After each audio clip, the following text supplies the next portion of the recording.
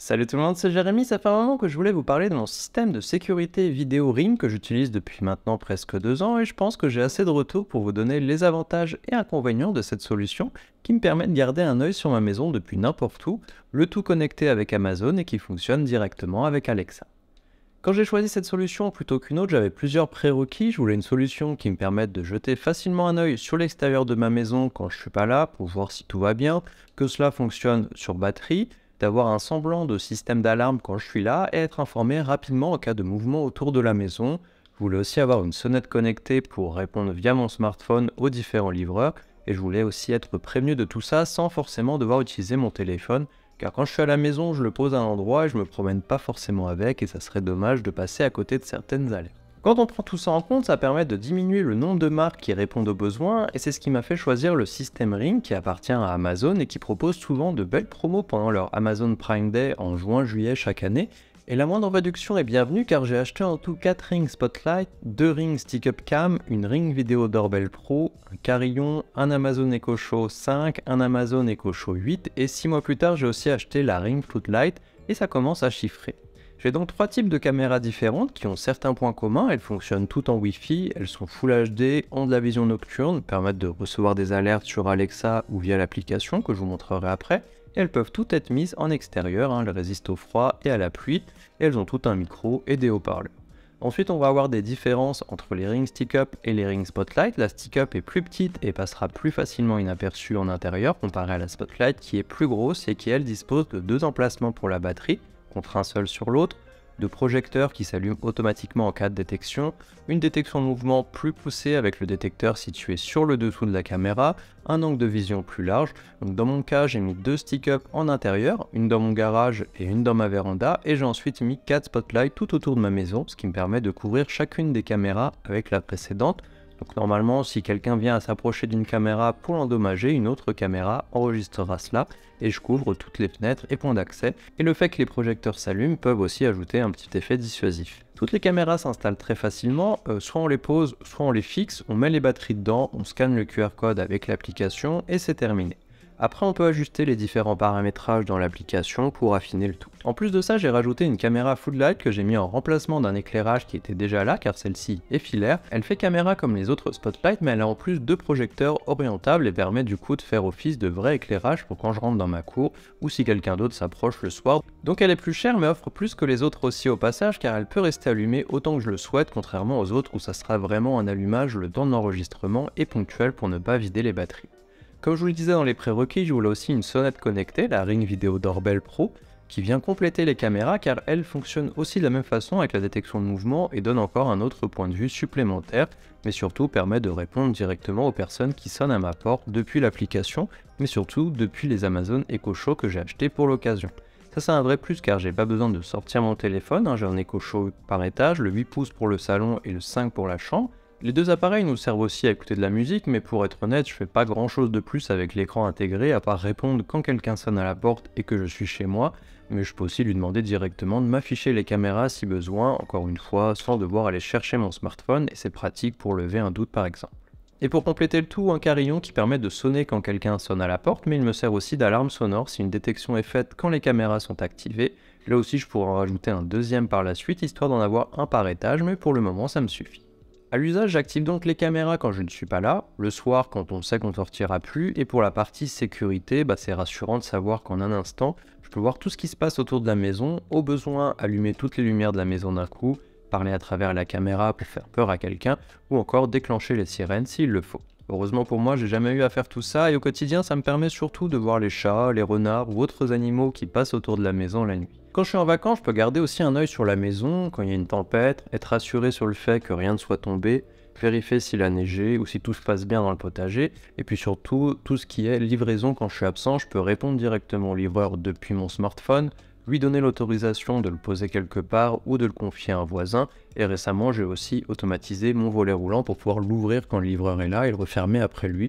Donc il peut juste déposer le colis, donc ça permet en plus de surveiller ce qui se passe avec les caméras et la sonnette au même moment. Pour les Echo Show, ça fonctionne bien, après je m'en sers finalement que pour répondre à la sonnette, mais c'est pas indispensable et on peut s'en passer je pense.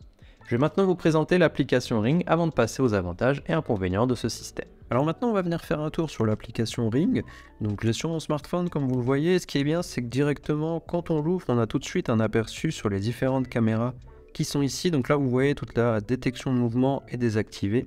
Et donc, ça veut dire que là, on va pas venir filmer, on va pas venir avoir de notification si jamais quelqu'un passe ou quoi que ce soit. Là, c'est désactivé, donc c'est ce que j'utilise en général quand je suis chez moi. Et je peux en haut passer sur un mode extérieur qui va venir en fait activer toutes les caméras et me notifier s'il y a un mouvement qui passe. Donc là, vous voyez toutes mes caméras qui passent. On a une notification sur mon appareil qui me dit que l'appareil a été passé en mode à l'extérieur. Et si vous avez plusieurs téléphones ou ce genre de choses, vous allez recevoir la même notification partout pour que vous puissiez le savoir. Et du coup, on voit maintenant toutes les caméras en dessous sont actives. Donc là, en un clin d'œil, j'ai la possibilité de voir ce qui se passe chez moi. Donc tout autour de chez moi, donc toutes les caméras autour. J'ai pas de caméra à l'intérieur, si ce n'est le garage et la véranda, qui sont pas vraiment des pièces de vie où on va tout le temps. Donc si on regarde sur la première caméra par exemple, on peut avoir un petit point, ça veut dire qu'on a une notification qu'on a ratée, qu'il s'est passé quelque chose. Donc comme vous le voyez ici, j'ai des amis qui sont passés à la maison. Donc on voit qu'il y a une personne qui a été détectée plus tôt aujourd'hui et qui est passée donc devant chez moi. Et donc j'ai été notifié à ce moment-là. On a la possibilité de faire pause, on va pouvoir partager cette image directement à quelqu'un si on en a besoin, par exemple de la famille ou quelque chose comme ça. On a aussi la partie calendrier sur le bas pour voir toutes les différentes notifications qu'on a pu avoir dans le passé ou revenir jour par jour en fonction de ce qu'on veut. Dans la partie plus, là aussi on peut copier ou télécharger la vidéo en question, faire des instantanés aussi pour pouvoir envoyer l'image à quelqu'un ou la garder, et on peut repasser au direct directement en appuyant ici. Donc là, quand on est sur le direct, on voit qu'on a la possibilité d'avoir le micro et le haut-parleur, donc pour entendre ce qui se passe. Voilà, donc il y a une voiture qui passe, ça fait du bruit et on peut parler à l'intérieur. Dans la partie tout en bas, on a la partie contrôle, donc on va pouvoir venir allumer les lumières, allumer la sirène pour faire peur aux différentes personnes. On peut aussi allumer toutes les autres lumières rapidement, donc si jamais il y a quelqu'un qui passe devant chez moi, je vais pouvoir allumer la lumière et lui faire peur un petit peu, allumer toutes les lumières autour pour aussi voir un peu ce qui se passe. Et on a aussi la partie sirène, donc pour déclencher l'alarme de l'appareil. Donc ça, on peut le faire directement d'ici. On peut le faire aussi sur le menu principal. Donc ici, vous avez la même chose, l'historique avec les dernières nouveautés de ce qui s'est passé, tout simplement. La partie lumière pour allumer toutes les lumières directement. La partie chime, c'est la partie carillon. Donc là, ici, on va pouvoir gérer le carillon directement si on veut le mettre en pause, savoir s'il est bien connecté au Wi-Fi. Donc vous allez avoir à peu près la même chose en fonction des appareils, que ce soit le carillon, les différentes caméras, ces différentes sonnettes aussi. Donc il y a un petit peu la même chose partout. Les paramètres audio ici pour choisir les sonneries. Selon si c'est une détection de mouvement, ça sonne d'une certaine façon. Si c'est quelqu'un qui sonne à la porte, ça sonne d'une autre façon. Donc on a toutes les options qui sont ici. On peut les renommer aussi pour que ça soit plus simple. Parce que quand on est dans Alexa, on va lui demander de directement nous afficher, par exemple, la caméra derrière, la caméra garage, potager, etc. Donc c'est bien d'avoir des noms qui soient assez clairs. Donc comme vous voyez ici, j'ai différentes caméras, comme je vous l'ai dit avant. La caméra derrière, devant, potager et puis terrasse, ce sont les mêmes modèles. Donc c'est des caméras extérieures, vous voyez avec le petit logo qui est juste en haut. Donc on va avoir différentes contrôles, on va pouvoir allumer la lumière, etc. Par contre, les caméras garage et véranda, c'est des caméras qui, elles, n'ont pas de lumière. Donc on ne pourra pas contrôler comme l'autre pour pouvoir allumer la lumière directement. On a bien la sirène, mais pas la possibilité d'allumer une lumière sur ce modèle-là. Mais ça fonctionne pareil, vous voyez la qualité vidéo, donc c'est de la Full HD sur toutes les caméras. Et dans tous les cas, je trouve que la qualité est bonne et qui nous permet quand même de voir ce qui se passe, de pouvoir, pourquoi pas, zoomer dans l'image si on en a besoin. Donc là, je vous le passe au format paysage. Comme vous le voyez, on voit quand même assez bien ce qui se passe. S'il y avait une personne, je pourrais la reconnaître. Bien entendu, s'il y avait une plaque d'immatriculation à zoomer tout au fond, là, peut-être je serais un petit peu plus embêté pour avoir un très bon niveau de détail, mais en tout cas pour une utilisation standard de tous les jours, ça va très bien. L'autre type de caméra que je possède, c'est donc la caméra que j'ai appelée court, qui est une caméra floute, donc avec les deux lumières, donc comme je vous l'ai dit avant. Et enfin, on a forcément la porte d'entrée, donc là c'est la caméra du coup sonnette.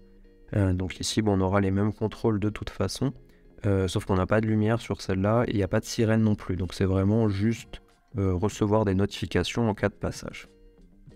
Alors si on regarde rapidement, si on voulait rajouter un appareil supplémentaire, comme vous voyez, c'est assez simple, on clique dessus, on choisit l'appareil qu'on souhaite et on le scanne s'il y a besoin avec le QR code qui est en dessous. Par contre ici vous voyez beaucoup d'appareils mais ne sont pas tous disponibles en France. Par exemple, sauf erreur, l'éclairage connecté, c'est pas disponible, l'intercom juste au-dessus ça ne l'est pas. L'appareil pour la voiture, le capteur de boîte aux lettres, tout ça je les ai pas trouvés sur le site d'Amazon, malheureusement c'est plutôt destiné aux États-Unis. J'aurais bien aimé par exemple mettre des éclairages connectés qui fonctionneraient avec les caméras, parce qu'on peut créer des genres de scénarios ou lier différents appareils. Par exemple, si jamais mon appareil derrière s'allume, je peux faire en sorte de l'associer à mon appareil court pour que lui aussi s'allume au niveau de la lumière ou commence à enregistrer. Donc on peut créer différents petits scénarios comme ça. Ce que je fais souvent aussi, c'est ça, donc d'avoir toute une zone. Dès qu'il y en a un qui détecte quelque chose, la caméra de la même zone va venir s'allumer aussi. Si on regarde les autres options, on peut du coup programmer différentes périodes de détection de mouvement, si on souhaite être alerté ou pas. On peut aussi faire en sorte que quand il détecte quelque chose, vous voyez que là, le carillon va venir s'activer. Donc ça, je l'ai configuré pareil pour toutes les caméras. Donc dès qu'il y a un mouvement quelque part, quand on est en mode actif, on va avoir une sonnerie qui va se faire entendre directement sur mon carillon, donc pas juste sur mon téléphone. Ce qui est quand même important, je trouve, parce que mon téléphone, je ne l'ai pas toujours avec moi. Là, si on va voir dans les paramètres, on voit le pourcentage de batterie. On voit que j'ai qu'une batterie dessus, mais on pourra en mettre deux au choix. Donc, ce qui permettrait d'augmenter le temps d'utilisation et ça permettrait aussi de ne pas l'arrêter quand je la recharge, ce que je fais actuellement. Mais on pourrait aussi le connecter à un panneau solaire, pourquoi pas, comme vous le voyez ici. Et on voit aussi la force du signal donc avec le Wi-Fi, parce que mine de rien, tout ça fonctionne sur Wi-Fi. Donc, si le signal n'est pas terrible au bout de la maison, eh bien, ça pose souci. Donc ça, c'est les choses, on va dire, un petit peu classiques. On a aussi des fonctionnalités un petit peu plus poussées, on va dire. Par exemple, si j'utilise ma caméra derrière, je peux choisir de cacher certaines parties, on va dire, de l'image, tout simplement parce que je ne souhaite pas voir mes voisins ou parce que c'est interdit. Mais on peut aussi choisir les zones de détection. Comme vous le voyez ici, on pourrait se dire que la partie gauche, je ne sais pas s'il y avait une fenêtre par exemple où on me voyait passer, ça pourrait détecter la caméra et ça me gênerait parce que c'est pas ce que je souhaite.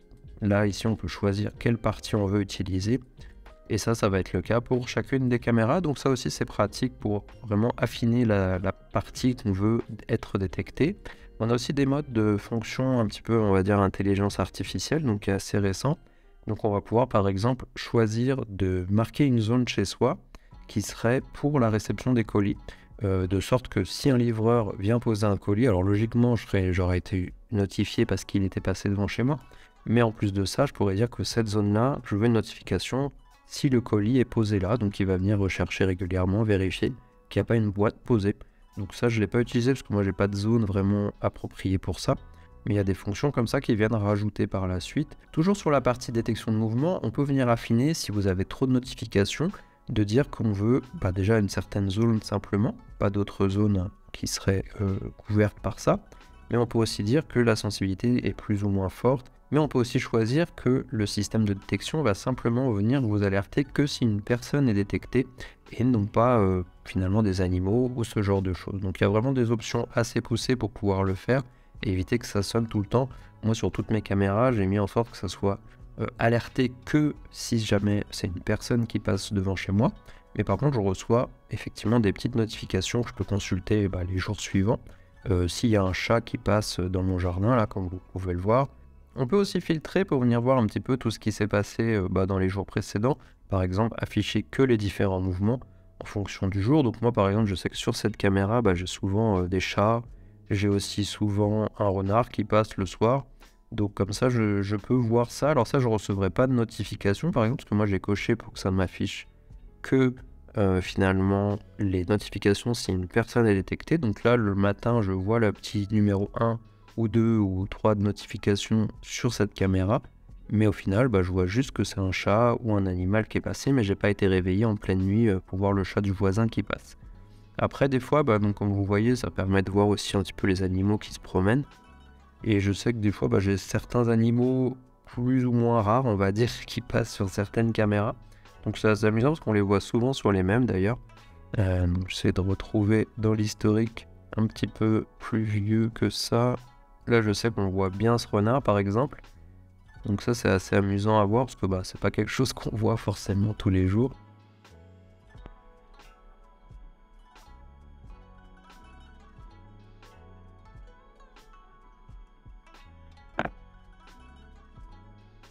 Alors comme vous l'avez vu, l'application est très complète, facile à utiliser et c'est un des avantages forcément car je sais que c'est fiable et c'est pas toujours le cas quand on utilise des solutions moins chères ou par des entreprises qui sont pas aussi importantes que Ring et Amazon et où parfois l'application est pas très bien traduite ou pas aussi complète.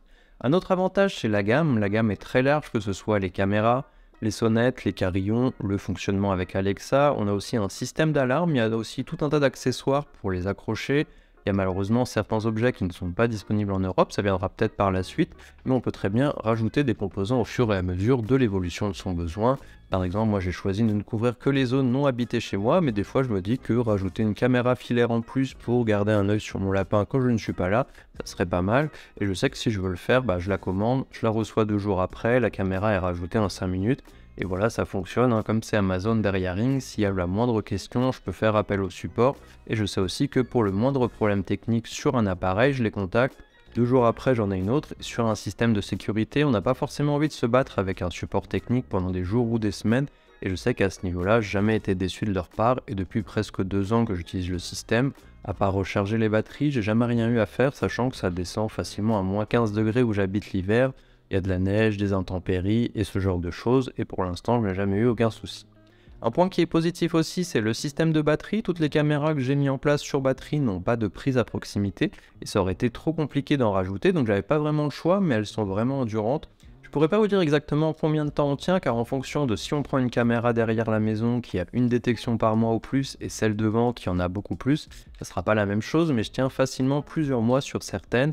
Après à charger, elles sont assez longues, faut compter environ 7 heures je pense, mais rien n'empêche d'en acheter une d'avance et de faire un tournus avec celle-ci ou encore d'acheter les panneaux solaires pour ne plus avoir à s'embêter avec la recharge. Alors pour les inconvénients, ça va dépendre de comment on voit les choses, mais il fallait bien que j'en trouve quelques-uns. On peut citer que les caméras ne sont qu'en Full HD, alors que maintenant on trouve des caméras 4K pour pas trop cher. J'ai pas trouvé ça gênant, mais dans mon cas, j'ai pas eu de problème, donc ça me sert juste à regarder ce qui se passe. Je vois des animaux et autres passer, je vois s'il y a ma poubelle qui est tombée ou autre. J'ai pas besoin d'une résolution incroyable pour ça, mais si je devais zoomer dans l'image pour lire une plaque d'immatriculation ou voir plus de détails sur le visage d'une personne, effectivement, avoir de la 4K serait plus intéressant dans ce cas-là. Un autre point qui est un avantage et un inconvénient, mais qui n'est pas propre à ces caméras, c'est le Wi-Fi. Forcément, il faut avoir du signal Wi-Fi partout où on veut mettre ses caméras, et habituellement, l'extrémité de la maison, à l'extérieur en plus, c'est pas forcément couvert, donc il faut éventuellement rajouter un répéteur Wi-Fi en plus. Le signal sans fil est moins fiable que le filaire, on peut le brouiller assez facilement, il peut y avoir des interférences, et on peut rater une notification, quelque chose comme ça, mais d'un autre côté, c'est super simple à mettre en place, comparé à si on devait tirer des câbles Ethernet. Pendant longtemps, c'est ce que je voulais mettre chez moi, des caméras PoE partout pour éviter ce genre de soucis. Et pendant longtemps, j'avais pas de caméra car j'avais pas le temps ou la possibilité de tirer des câbles dans tous les coins. Et au final, j'ai quand même accepté de céder sur ce point et en une après-midi, tout était en place. Mais encore une fois, c'est pas propre à ce modèle de chez Amazon, hein, ce sera la même chose avec toutes les caméras Wi-Fi. Un vrai inconvénient par contre, c'est le fait que tout fonctionne via le cloud, il n'y a pas de stockage interne sur les caméras, donc si vous perdez l'accès à internet, il n'y a plus rien qui marche, on n'aura pas d'enregistrement local, donc ça arrive pas forcément souvent, mais il faut se dire aussi que même si le système est sur batterie, vaut mieux acheter un onduleur pour sa box internet et ses répéteurs Wi-Fi, histoire que tout continue de fonctionner en cas de coupure de courant ou de perte d'accès à internet. Pour la sonnette, je crois pas qu'on puisse non plus l'interfacer avec l'ouverture d'un portail ou d'une porte de la sorte, ça c'est dommage aussi car ça pourrait être bien complet d'avoir cette option aussi directement depuis l'application. Actuellement, comme je vous le disais, quand je reçois des livraisons, j'ai récemment mis en place un système qui me permet d'ouvrir un volet roulant, mais ça sort de l'application Ring, et du coup, c'est pas très intuitif, on va dire, parce que j'aurais préféré l'avoir directement dans l'appel avec la personne, d'avoir un bouton ouverture de portail. Ou peut-être qu'il y en a sur certains modèles, mais en tout cas, moi, je l'ai pas sur la mienne, alors il faudrait que je creuse un petit peu la question. Pour le prix de l'ensemble, j'ai payé 1080 € en juin 2021, en incluant les caméras, la sonnette et 2 Amazon Echo Show, le modèle 5 et 8 pouces, mais sans compter la caméra floute que j'ai achetée 6 mois plus tard pour 150 €. Alors c'est un budget, mais pour moi qui m'en sert finalement tous les jours et pour les avantages que ça apporte, ça vaut le coup et c'est évolutif, donc on peut commencer petit et augmenter progressivement sans forcément devoir tout acheter d'un coup.